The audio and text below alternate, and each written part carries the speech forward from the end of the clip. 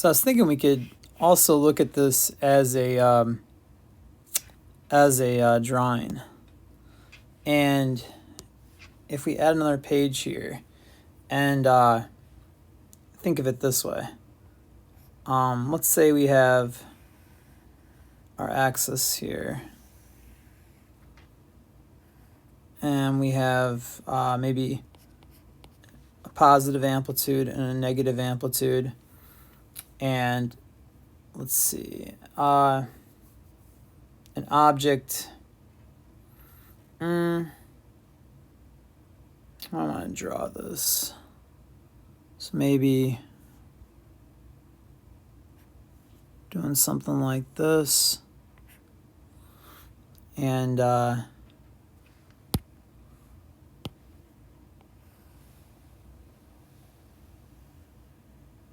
draw a positive cosine wave. Try to. And what we're seeing is that when the object is at these 2 points, right? We said half the amplitude and 0.707.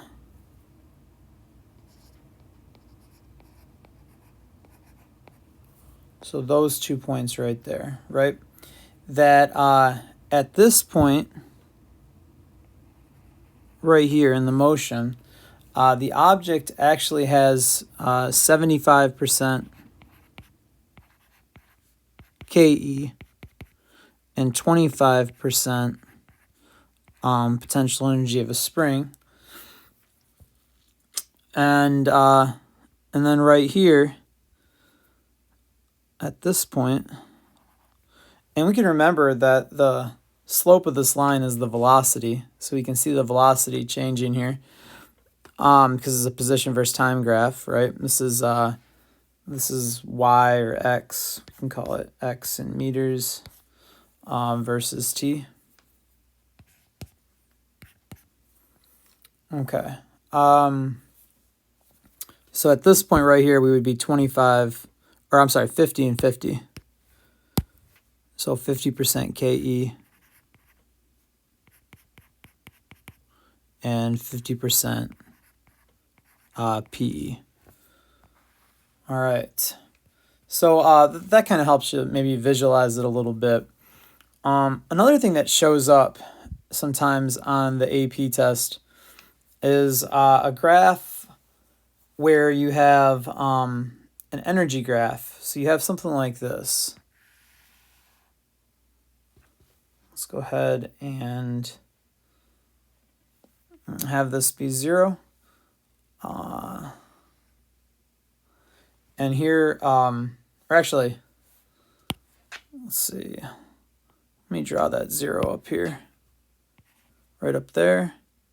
We'll have this distance here be an amplitude in the negative direction, and this distance here, the same distance away, be an amplitude in the positive direction.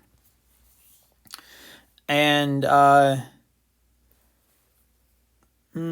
me see, how do I want to do this? We'll go ahead and let's go ahead and think about what we have for, let's just pick an energy type here, right? That as this object oscillates from negative amplitude to positive amplitude, you can think of it as maybe a mass moving back and forth on a spring, just oscillating left and right from positive amplitude to negative amplitude. What we know is that the potential energy of a spring, right, is going to be at a maximum. Let me go ahead and make a total energy line. So I'll go ahead and draw this purple dotted line here. And this will just be the total energy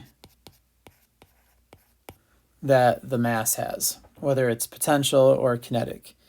And then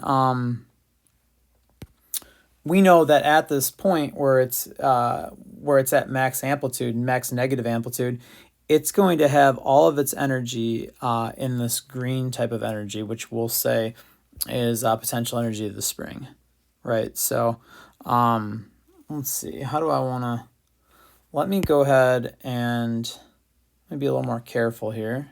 We'll have this be half the amplitude away.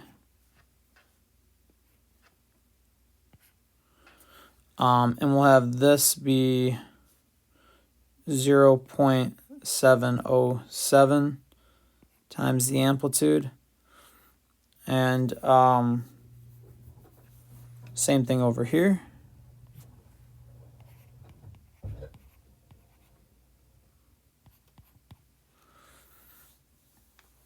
Okay, so something like that. And this potential energy of the spring is obviously going to be at 50-50 right there. So 50% of the total energy would be, I'm just going to make a mark right here, right? That's about halfway. So I'm saying that the potential energy of the spring is going to be at the maximum right here. And it's going to take a curved path. If I can draw a curved line with the stylus, let me see. Keeps wanting to give me a straight line.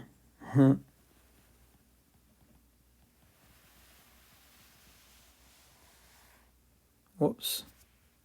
Ooh. Now that's looking nicer, except on the right side. I don't know if I can fix that. And on the bottom. Okay. Oh, wow. All right. That's looking way better. Okay. So it's roughly that, right? I think that's pretty dang close. All right. So you can see that it takes a parabola shape, right? Concave up. And this is the potential energy of the spring. So this is US. And then the kinetic energy, we can think about what that's going to be, right? Well, when we're at a max amplitude, negative amplitude, or positive amplitude away, we know that that's going to be zero energy, zero kinetic energy, right? So we also know that the midpoint is going to be at that 0.707. We're going to have half of the energy be kinetic and half be potential. So if we can get maybe the same kind of thing going here, let's see. All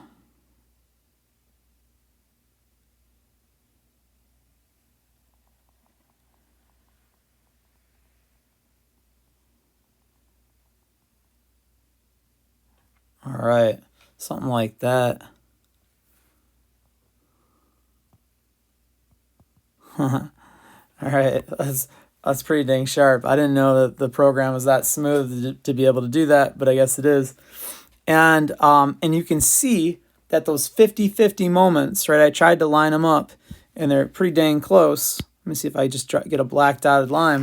You can see that 50-50 is occurring about, and my line's a little curved. I'm cheating a little bit. But you can see roughly, right? It's hitting at about 0.707. So here's a energy versus position graph. I thought this was kind of neat because we haven't really made these before. And notice it contains parabolas, and the object obviously is just some mass that is going to maybe be here and then be at equilibrium and then be here and then just, oscillating back and forth, right, between these points and creating this graph.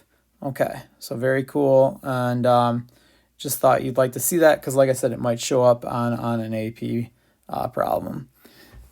All right, good. Let's go ahead and take a look at the next problem, which is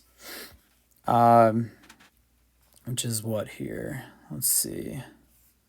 Number 18. It says a 10 kilogram or 1 kilogram block is attached to a spring with spring constant 16 newtons per meter. While the block is sitting at rest, the student hits it with a hammer and almost instantaneously gives it a speed of 40 centimeters per second. Okay. And then it says, what are the amplitude of the subsequent oscillations? Okay. All right. I'm just checking something. Sometimes this program makes errors. I'm not sure where this green came from right here, but I guess it's there. Let's go ahead and add another page before we start this one. Okay, that just wants to stay there. All right, that's odd. All right, so okay, so a 1 kilogram block is attached to a spring. All right, so let's just jot some of these variables down. So we have M equals 1 kg for this mass. Spring constant is 16 newtons per meter, so that's K. We also know it has a speed of 40 centimeters per second, so that's our velocity, which is the same as what, 0.4 meters per second.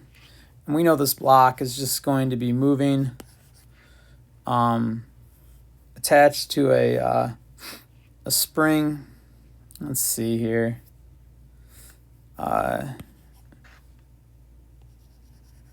Maybe attached to a spring with a wall being over here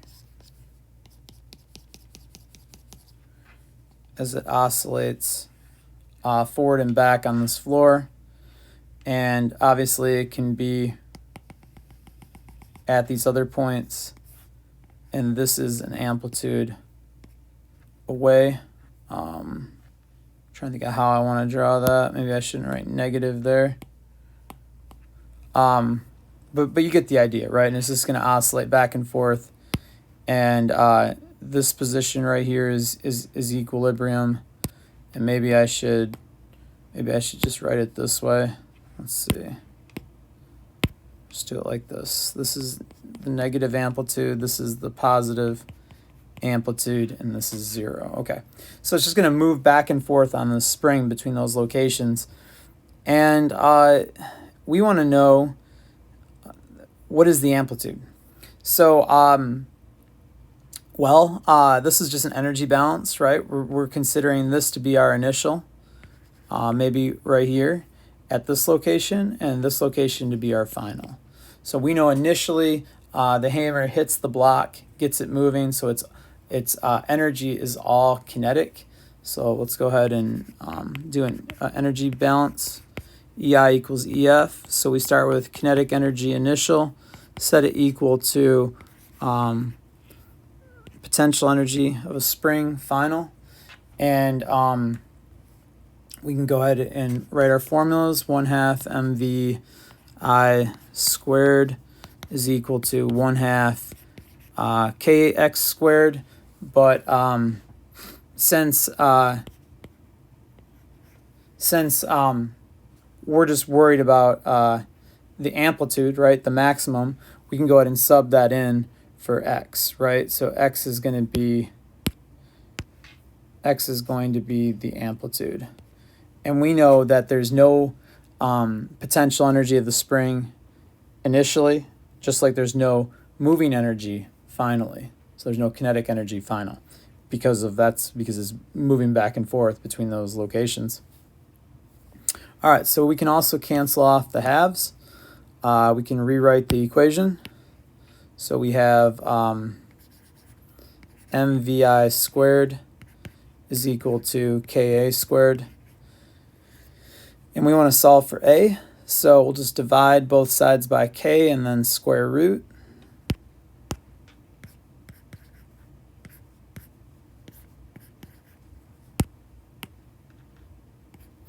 So we can say a equals the square root of mvi squared over k, which is the same as, if you like, you can write it as, let me get a little separate. Let me get something here to separate this. You could also write it as VI square root M over K. Okay, and this is the max, right? So if instead of I you wanted to write max, that is the max velocity there. Okay, good. Let's go ahead and plug in what we know, which is right over there. It looks like we have enough to solve this, so let's go ahead and do that. 1 kilogram. This is 0.4. And the K is 16 newtons per meter. All right, let's go ahead and grab our calculator to crunch that.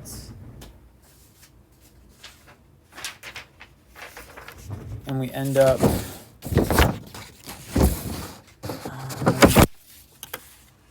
see, looks like I have it written here as well. But I'm just going to go ahead and crunch it. 1 divided by 16.0625, square root that. It's 0.25 times 0.4 should just give us 0.1. Okay, so 0.1 meters. Whoops, can't write a 1 apparently. Which is, what is that, 10 centimeters? For our amplitude. Okay, part B. Let's see here, what do they ask us for part B? The blocks, it says, what are the blocks' speed at the point where x equals half the amplitude? Okay. So now that we know the amplitude is 10 centimeters. We also know that half the amplitude would be 5 centimeters, or 0.05 meters. So I think we should do another energy balance here, because we want to know what's the velocity then at 0.05 meters. So what we're saying is, initially, when the block is hit, right, it starts with all kinetic energy. And this is when it's at its max, right? So, or you could write initial, or whatever you want to write here is fine. But that's KE max, that's E total. And then on this side, we have this location where we're at half the amplitude, which we said is 0.05 meters. We have KEF plus potential energy of a spring final.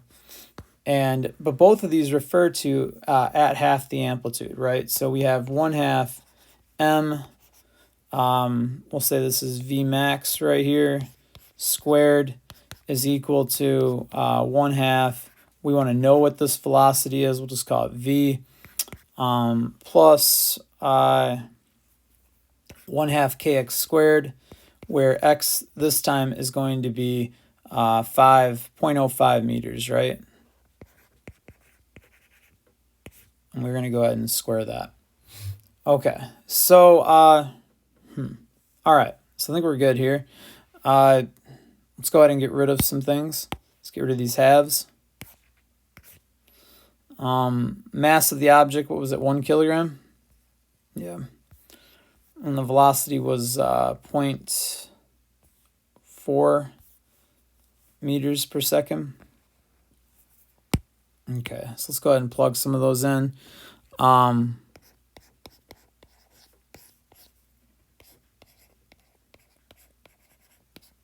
going to have to square that. This is the velocity we want, so we're going to leave it as V. Plus K, which what was K? They told us 16. And we're going to square the 0.05, so 0.0025. Okay. So times, I guess, yeah, I'll just go ahead and write it in. I don't know what I did over on the other side. I don't think I did, but I don't think I squared it yet. Okay, so we have something like that. Let's go ahead and multiply this 0.4 squared, I think is 0.16.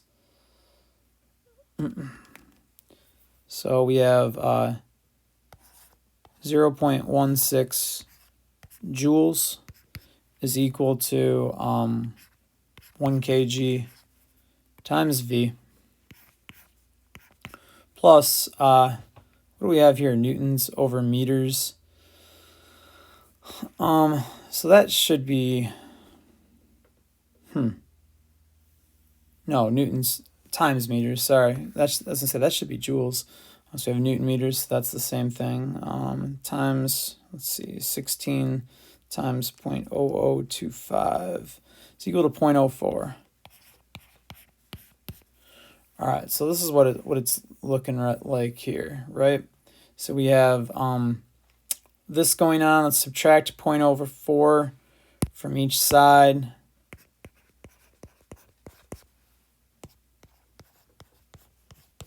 It's going to be 0.12. Obviously, these cancel. So 0.12 divided by 1 should just be 1, yeah, or 0.12, yeah, okay. All right, so that should be in meters per second, joules divided by kilograms. Okay, so all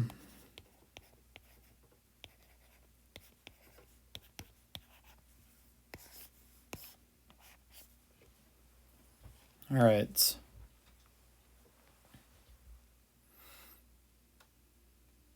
I'm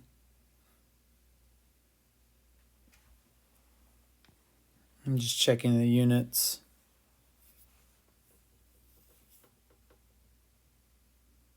I see what I did wrong. I don't know if you guys caught it, but I can fix it because the units didn't make sense to me. So it's right here. That should be v squared, v squared, v squared, v squared. So we have to square root. So this isn't the right answer yet. All right, so let me get rid of this box. Let's go ahead and square root this side. Let's see. And so we're going to end up with v equals the square root of that. It should give us about 0.346.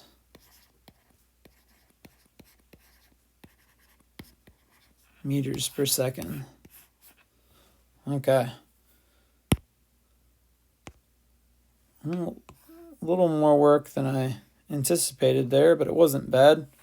As long as you don't forget to square your velocity, it should be pretty straightforward. All right, so there it is. So there's the velocity at half the amplitude, and you can compare it, I guess, to let's say compare it to the max, which was 40 centimeters per second. This is 34.6 centimeters per second. Okay, which makes sense because we said that when you're at half amplitude, that most of the energy is still in kinetic energy, right? So it makes sense that we have a larger velocity here, right? That's closer to the maximum velocity because I think we said that the energy at half the amplitude, right at this location, is 75% kinetic. So that makes sense that we're seeing such a large velocity. Okay. Good. Let's go ahead and look at the next problem. Number 19. A block attached to a spring with unknown spring constant oscillates with a period of 2 seconds. What is the period if the mass is doubled, the mass is halved? Okay, so this is just a question where we just got to go through these different situations and take a look at our formula for the period of a mass on a spring. So period for a mass on a spring is equal to 2 pi the square root of k, or m over k, and we can go ahead and solve for this. And they tell us that the period is equal to 2 seconds. So, all right, I guess you can take it a step further here and say that whenever we see this right here, right, in our equations, that is equal to 2 seconds. So we just got to find out what's different, right, after in each of these situations. So in the first one, in part A, they say the mass is doubled. Okay, so I'm just going to go ahead and rewrite this really quick. Obviously, the thing that's different is that 2, we're doubling the mass. So if we go ahead and pull that square root of 2 outside of what is already there, so what I'm saying is if we think of it like square root of 2 times 2 pi square root of m over k. And we said that that is our 2 seconds right there, right? So all we got to do is multiply the square root of 2 times 2 seconds. I think we said that the square root of 2 was 0.140 or 1.404. So so this is going to be roughly 1.404 times 2 seconds, which is equal to what? I'm going to go ahead and use the square root of 2. It's 1.414. Whoops. Because the other one is 0.707. Okay. All right, so we're going to multiply that by 2, which is 2.828, roughly. Because it's an irrational number, right? So there's our answer to part A. Part B, we are going to halve the mass.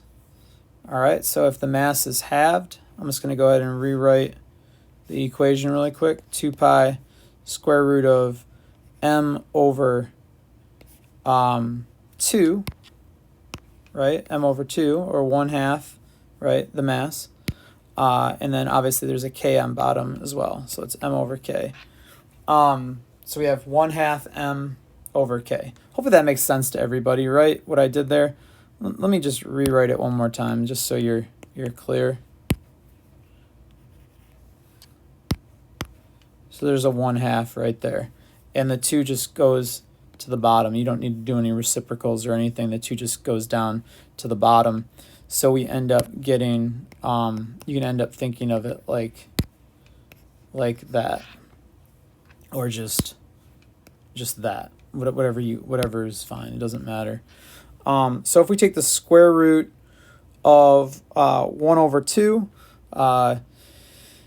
that is the square root of 0.5. You can also think of that as 1 over the square root of 2, right? Because the square root of 1 on top is just 1. And then multiply that by 2 pi square root of m over k. And obviously this is our 2 seconds right here. And then we said that 1 over the square root of 2, that's the same as the square root of 2 over 2, but whatever. We said that that's 0.707. So 0.707 times 2, right, because this is 2 seconds. So what is 0.707 times 2? Oh, it's 1.4414, of course.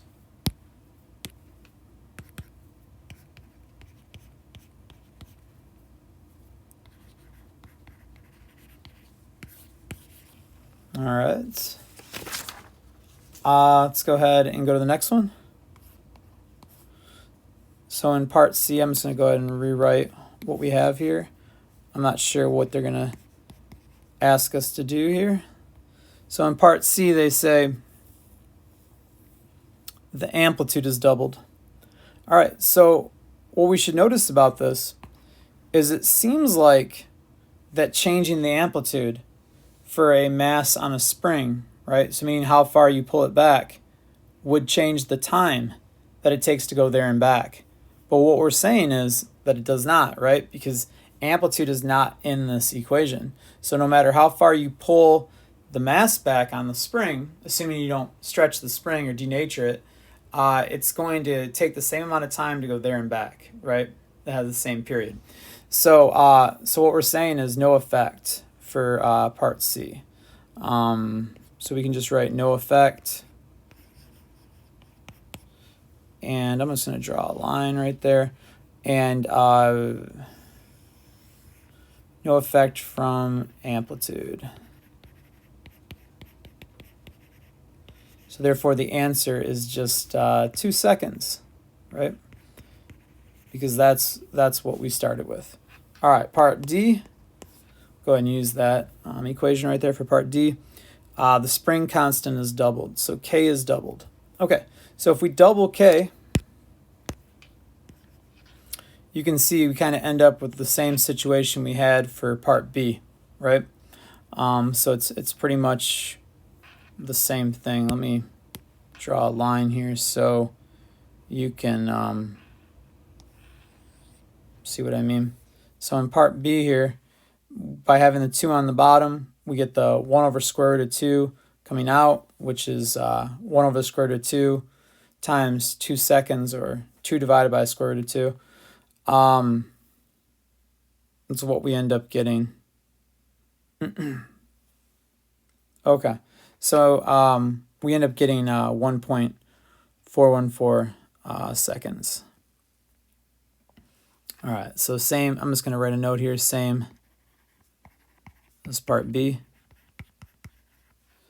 So 1.414 seconds is the period. All right. Okay. So we're seeing with a stronger spring or a smaller mass that the period is smaller. So a stronger spring or a smaller mass, the time it takes to go there and back is smaller. Okay. I guess that makes sense with a smaller mass because the object is easier to stop. And then with a stronger spring, it's harder to stretch the spring, so it doesn't take as long for the mass to go there and back. So I guess that idea makes sense. Good. Let's go ahead and go to, told you we're going to skip 20, so actually I want to take a look at 21. Okay, so let's just go to another new sheet of paper here, right? Let's go back up here. And let's add a page. Otherwise, if I don't add these pages in the middle, it's like I'm scrolling through multiple pages to get back to the work, and it just gets super annoying. So this is number 21.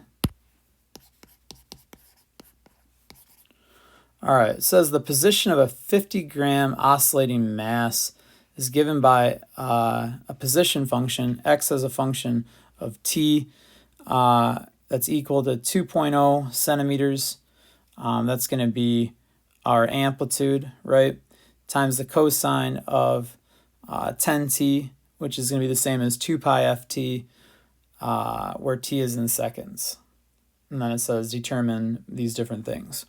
All right, so let's remember what I just said here. We said that in the previous section, I think in 14.3, we said that x of t, the position function of an object in simple harmonic motion, would be represented by this formula right here.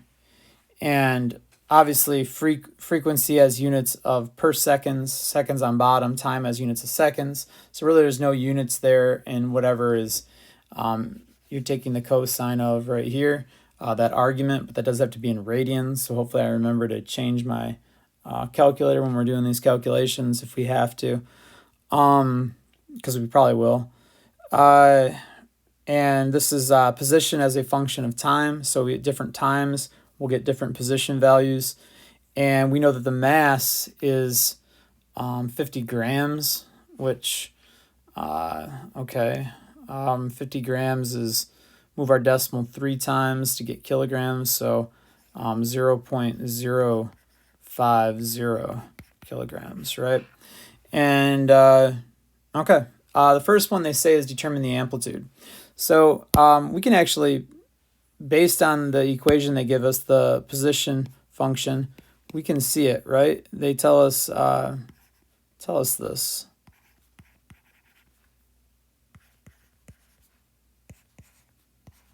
Kind of want to just get out of centimeters, right, into meters. Let me just rewrite that then as 0.02 meters. All right, and that is my amplitude right there. So I know that's my answer, but I want to get away from grams and centimeters. I feel like I'm going to make a mistake if I stay in those units. So the amplitude is 0.02 meters or 2 centimeters. And that's part A. All right, part B, the period. So, okay. So what I would like to do, this is a mass on a spring. What I would like to do is use the equation we just used. The period of a mass on a spring is equal to 2 pi, the square root of m over k. However, I don't think we know k. Yeah, in fact, that's what we're going to solve in the next part. So we don't have this. And so we cannot solve for the period. So we have to go a different route here. Let's look at what they did give us. They gave us this function right here, right? And you should be able to see by looking at it that that frequency is the inverse of period, right? So what I'm trying to say here is that this 2 pi f times t can also be written, right, as 2 pi t over t, right? That is the same as that. And because, reason being that f is equal to 1 over t, right? Or you could say t is equal to 1 over f, right? Both are true. So because of that, we can solve for the I want to say solve for the period here. What else how can we do this? Well, let's look at the equation position function they gave us, right? Looks like this. So we can see that the argument 2 pi t over the period is the same as 10t.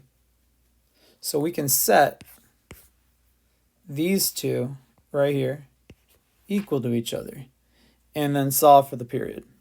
So that's kind of tricky because it's not the way we would normally want to solve it. So this is still part B. I don't know why I'm writing. Okay, so let's go ahead and write it like this. Set the two equal to each other, the two arguments. You can see that the times will just cancel away. It's good because we weren't given a specific time or anything. I think we just solve, right? Multiply both sides by t, divide both sides by 10. So do a little switcheroo with the algebra with the 10 and the t, right? They're just going to switch. So we're going to end up getting 2 pi over 10 is equal to the period. And let's see here. I'm trying to see if I can spot anything.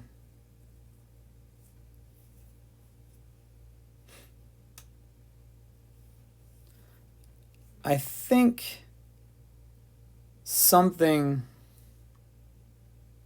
that happened here is there's actually a units, right, there's units of per seconds on bottom. Because the frequency is baked into that 10, right? Meaning that the 10 is 2 pi times the frequency. So there's units of per seconds in this problem. And because of that, down here, this is actually per second. And then the seconds get multiplied by both sides and end up over here. And so that's how our units for period have units of seconds, which they need to have. So, because, period isn't unitless. Radians are unitless, but this should have units of seconds. So 2 pi is about 6.28 divided by 10, which gives us about 0.628. All right, so we're saying 0.628 seconds is equal to the period. All right, good. A little bit, longer to do that one than maybe it seemed, but it still works out. All right, part C. Let's go up and look at what part C is. Find the spring constant.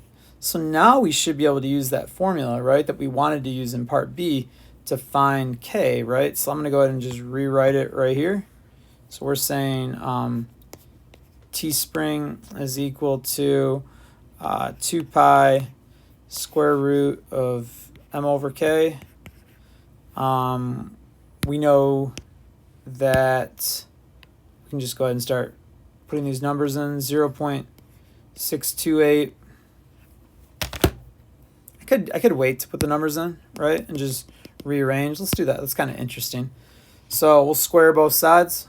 It's always more fun to do it this way.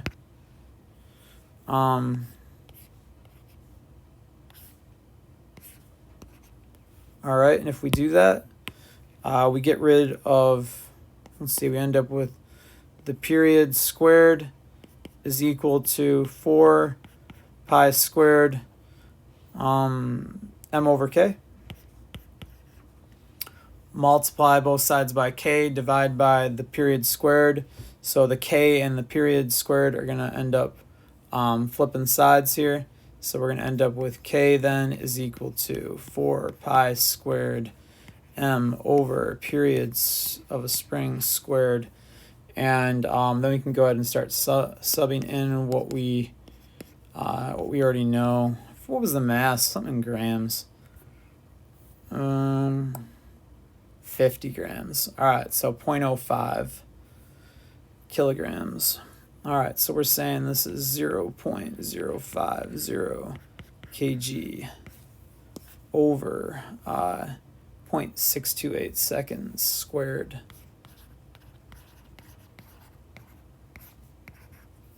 All right. And units are going to be kilograms per second squared, which we said in class is the same as newtons over meters. We saw that in the lab with our static and dynamic units being different for the slope, and one of the slopes was indeed kilograms on the y-axis and period squared or seconds squared on the x-axis, and that's the same as newtons on the y-axis and meters on the x-axis, so they are the same. All right. I wrote it on the board in one of the classes and proved it, so I can do that if we really want again. Dang it, why can't I square pi? Let's see. Okay, so about 9.87 for pi squared. All right, we'll multiply that by 4 times 0.05. All right, it's about 1.9 divided by 0.628. We're going to square the 0.628. It should give us about 5, right on the dot, 5.005, 5.01. I guess if you want, I can write, I'm just going to call it 5. I'm going to say approximately 5.01. But notice the units, like I said, kg per second squared. And I'm arguing that that's the same as newtons per meter. What is a newton? A newton is a F equals ma, so F is a newton, mass is in kilograms, times a meter per second squared. And we're dividing that by meters, so you can see that the meters would cancel away, and you're left with kg per second squared. So a newton over a meter is the same as a kg per second squared.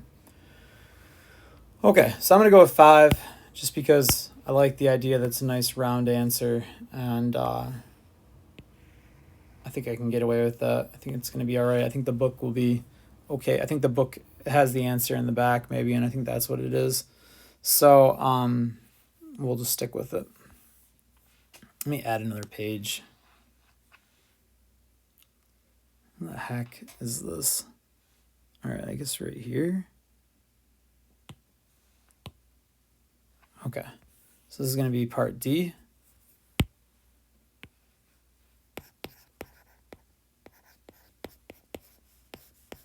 All right, and let me go ahead and go back up here. Part D, the maximum speed.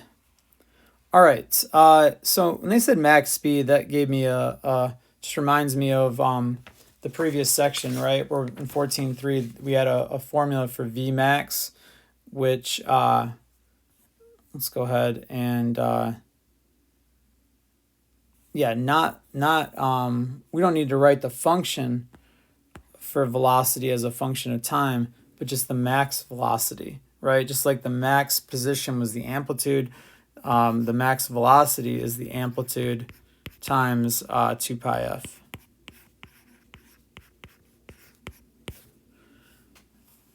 And I remember we talked about that because of taking the derivative in the chain rule.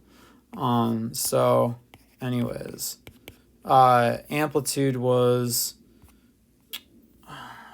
2 centimeters or 0.02 meters. So we're saying 0.02 meters times 2 pi. And what was the frequency? I think, didn't we start with the frequency? Or no, actually we didn't know the frequency. So we do know that 10 is equal to 2 pi times the frequency. But we already know the period, so let's just go ahead and solve it from the period. I guess we can do it this way, right? The frequency is equal to 1 over the period. So we can just write in 1 over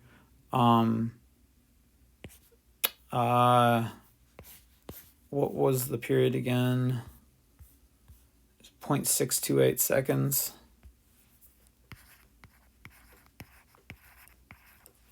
All right, something like that. So let's go ahead and so we just got some math to do here.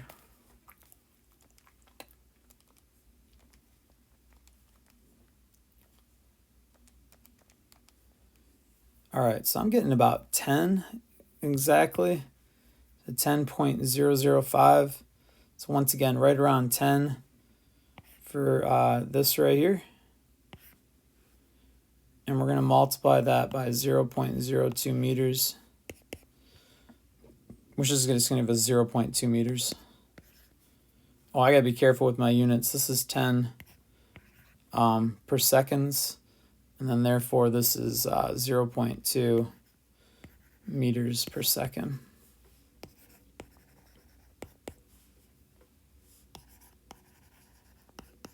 Once again, that was close to being 10.01, but I think like I said, I think the sig figs, it works out just calling it 10 per seconds. All right, so there we go. Let's go to part E.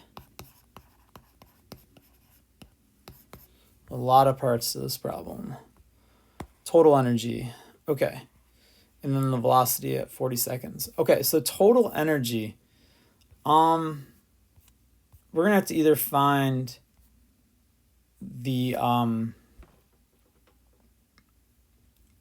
energy at the middle, right, when it's all velocity, or find it when it's at its amplitude and it's all potential energy of the spring.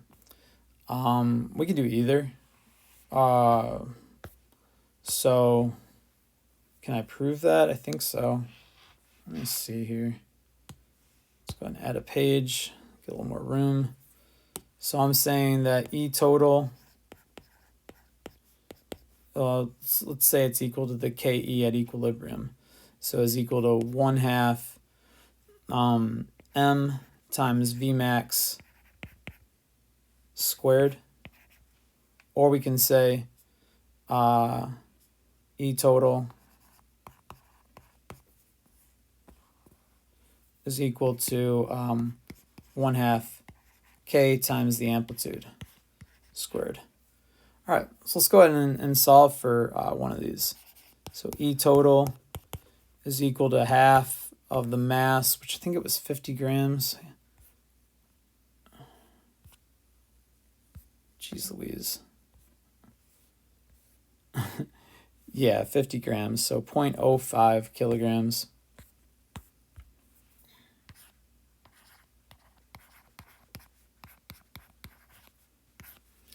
And the max velocity we just found a second ago is 0.2 meters per second.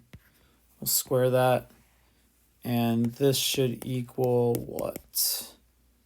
0.5 times 0.05 is 0.025 times 0.2 squared. It's going to be 0.01. So we're saying this is equal to 0.001 joule. So it's 1 microjoule. All right. Which isn't much, but hey, it is a 50 gram mass. That's not moving all that fast, right? 20 centimeters per second. Yeah, but so 1, not microjoule, sorry, 1 millijoule. It's like a millimeter. So 1 millijoule.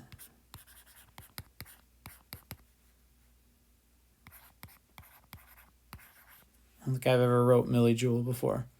But maybe that's a thing. Or it's definitely a thing, but I don't know how often people use it. All right, so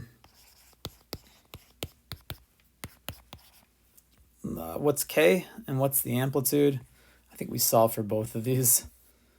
K we said was 5 newtons per meter, and the amplitude we said was 2 centimeters or 0.02 meters.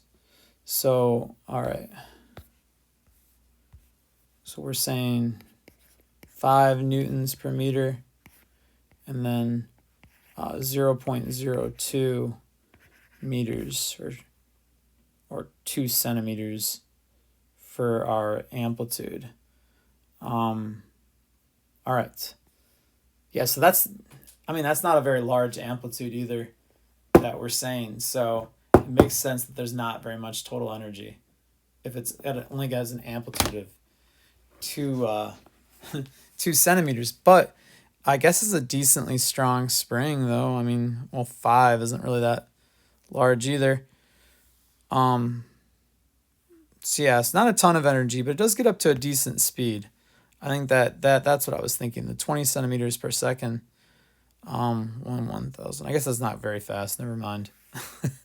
All right. So this is just not a lot of energy. All right. Half of 5 is 2.5. So 2.5 times 0.02. We have to square that. Notice I forgot the square. It's going to give us 0.01. So hopefully you see that's exactly what we should have got, because that's what we had before. So whether or not we solved using total energy is equal to the kinetic energy at equilibrium, or it's equal to the potential energy of a spring at the amplitude, the total energy is going to be the same regardless. All right. And then finally, part F. Whew. I was going to make this a homework problem. I'm glad it's in the lecture instead, because I didn't want you to be on this problem for too long if you get stuck. I think that one part was kind of tough. Part B, I could see that being a sticking point if this was a homework problem. The velocity at time equals 0.40 seconds. All right. I'm fine with finding the velocity of a mass oscillating back and forth. I'm not fine with them giving me a time. I really don't like that, right? And this is where we want to remember, though, that when they give us a time, they are also telling us a position because of this right here. This function we have that we can plug a time in and we'll get a position out of it. So let me see if I can, let me 0.02 meters cosine 10t. All right.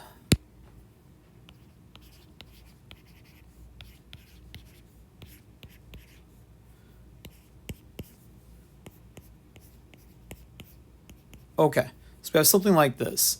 So I think they said at 0.4 seconds. Is that what it was? Yeah, okay. So so I'll just write time, make a note of it so I don't forget. And we wanted to find out what is the object's velocity. I guess we could have come up with a function for velocity from x. There's a few ways to do this, I think, is the bottom line. Yeah, there's a couple ways to do this. So maybe we can try it a different way in a second here. So we want to know what the velocity is. Okay. Let me show you the first way I was thinking of instead of writing a velocity function. I think that's going to be the faster way, maybe. Let's do it this way, though. Let's plug in the time into this equation. And let's solve. So we'll say x of t is equal, or position as a function of time is equal to 0.02 meters times the cosine of 10 times 0.4 seconds, which is just going to equal the cosine of 4, but I got to make sure I'm in radians. Let's see, I'm definitely in degrees. Okay.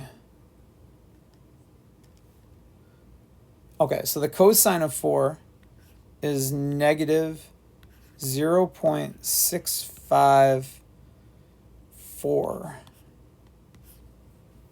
Now, obviously, I don't want to round that at all. It's an irrational number, so there's way more digits than that.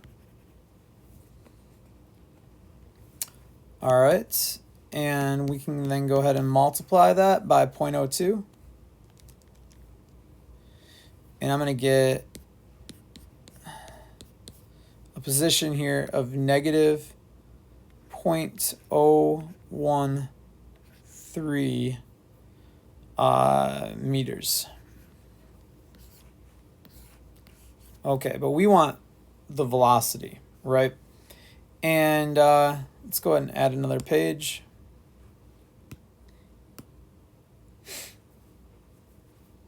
And so what I was thinking is an energy balance.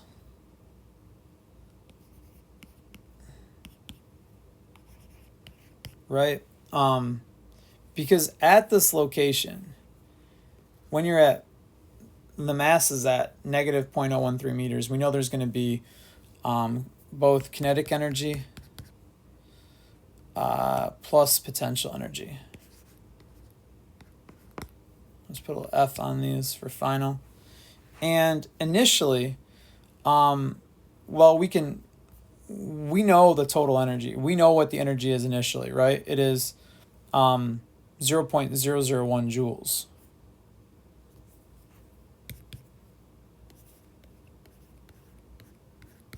I guess I could, write potential energy of a spring, or potential energy of, or kinetic energy max, potential energy spring max, but it is 0.001. All right, so I was thinking this. Let's see where this takes us. Let's see if this should work. But like I said, there is other ways to do this. We want to know what the velocity is.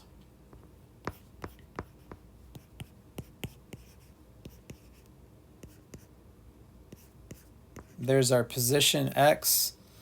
So, all right, and now you can see why we plug that time into the position function to get x, right? What I was thinking there. And we should be able to solve this, right? Let's plug in what we know.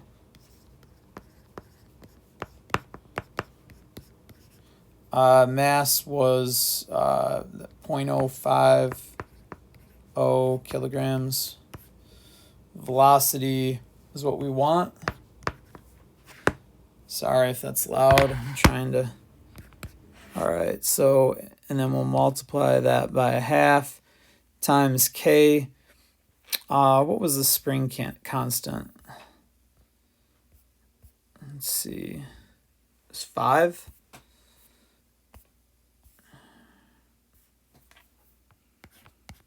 All right, newtons per meter. And then we said that x, we just found that was that negative 0.013 meters. Whew. All right, let's go ahead and half of 0.050 is 0.025.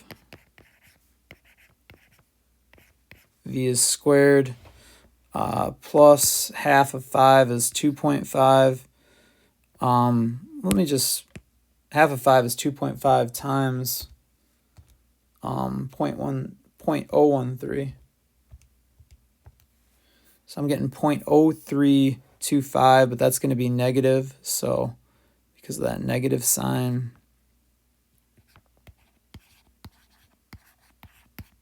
units here are going to be newtons. That's what it looks like, right?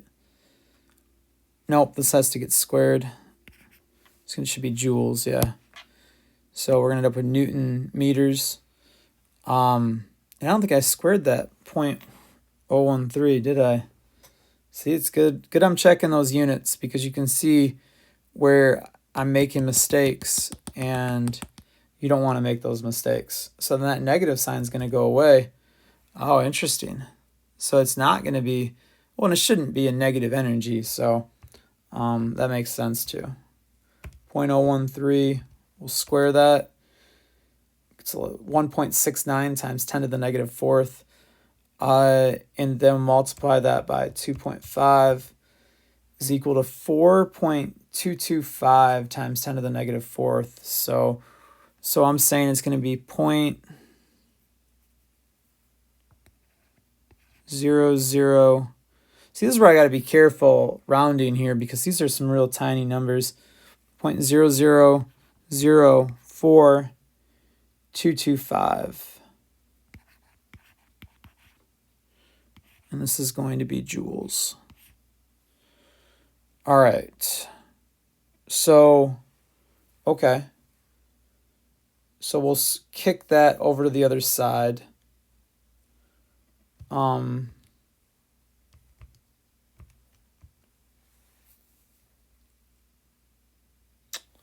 So we should be getting about 5 point.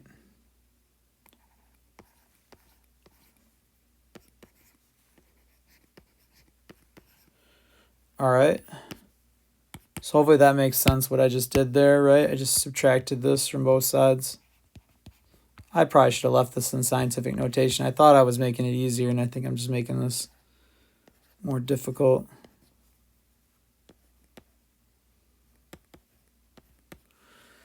All right.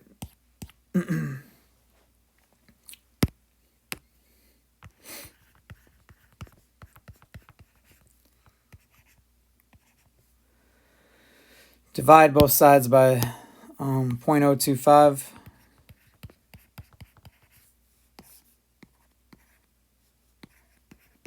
And then we'll square root.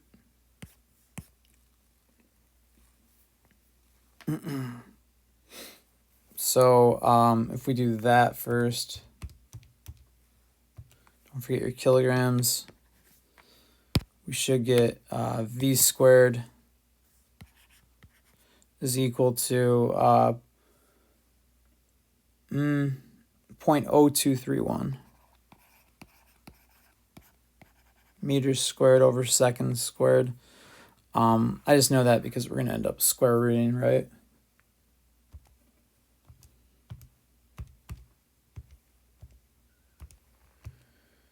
All right, so if we square root that, I'm getting about 0.152.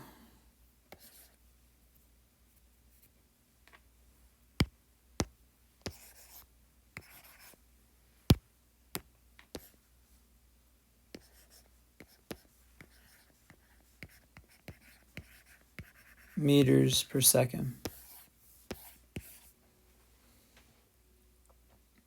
All right, that's it.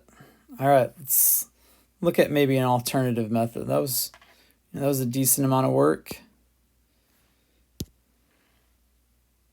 Whoops, where did I add that page? Dang it. I'm not even sure where I just, okay, I think I added that in the wrong place.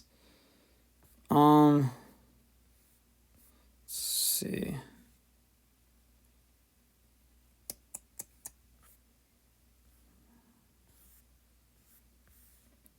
Okay, I want to add one right here.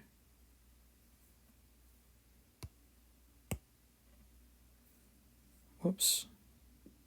Not right there. There. Okay. So what we were saying is another possible method, right?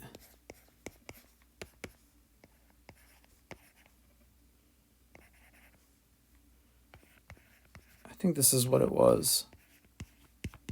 Was it 20 centimeter amplitude? Yeah, okay. So,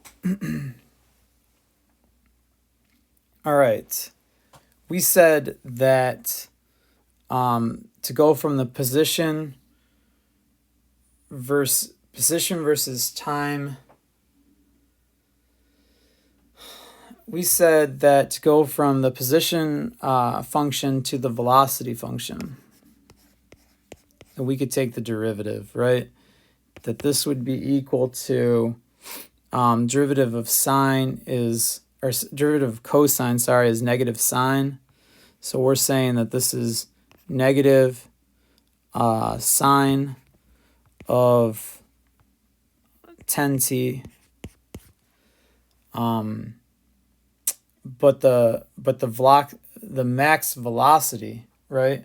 V max was 0.02 meters, the amplitude, times 2 pi f, right? And 2 pi f is this 10. So I'm saying that that is going to go right there. and that should be 0.0152 if we're in radians. Now the time they gave us was what? I cannot remember. They gave us 0.4 seconds. Okay. So we're going to start here by taking the sine of 4, right? And so still in radians, I believe. So sine of 4 is negative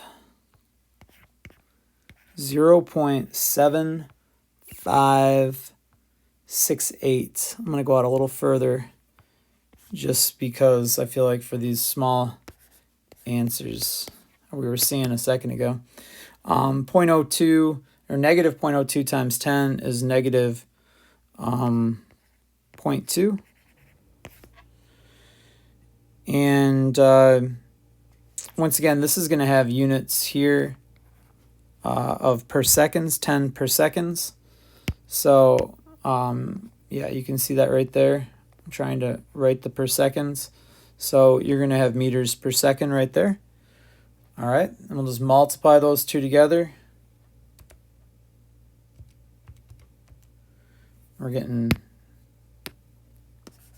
the velocity is equal to 1.51 meters per second. That was much easier. All right. I'm sorry, 0.151. Except if you read your calculator wrong, then it's harder. 0.151. All right. Much simpler that way than the previous way, right? The previous way right there, and then this way, much easier with the calculus or just by writing the velocity function. Velocity as a function of time. All right. Okay, that's it. So there's part F right there. All right, that's all. Have a good day.